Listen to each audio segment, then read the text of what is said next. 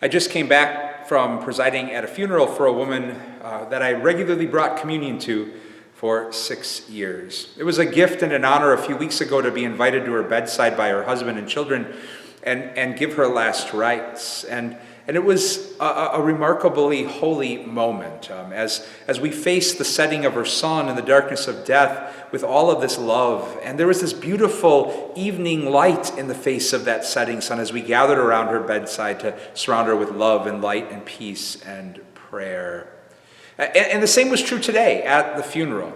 Even though we gathered to acknowledge the reality and the darkness of death, nonetheless, in all of the love and support in that space, there was this beautiful, holy evening light in the face of the setting of one's son.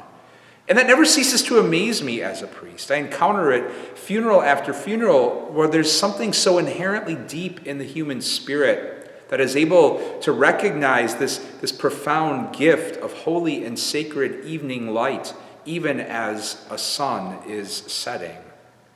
I think of the ancient Christian hymn, Phos Hilaron. It's a hymn that many Christians pray at evening prayer every night. And one of the lines of this ancient Christian hymn is, "Now as we come to the setting of the sun, our eyes behold the vesper light." Or I think of these last days of Lent, where we tell the story a bit more slowly of a love that was coming to the setting of a sun on Good Friday. And in all of that is a holy invitation for you and for me to pause and pray today, reflecting on those experiences we've had in our lives of suns setting.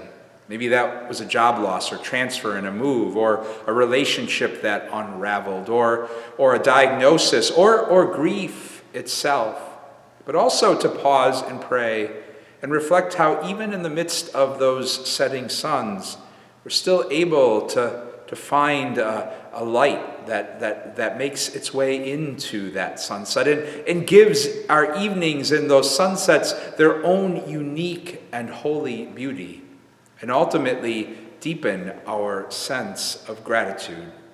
That even as life will bring us to many sunsets as life reveals, we still nonetheless come to find our eyes beholding some beautiful and holy vesper light. God's peace and blessings to you all.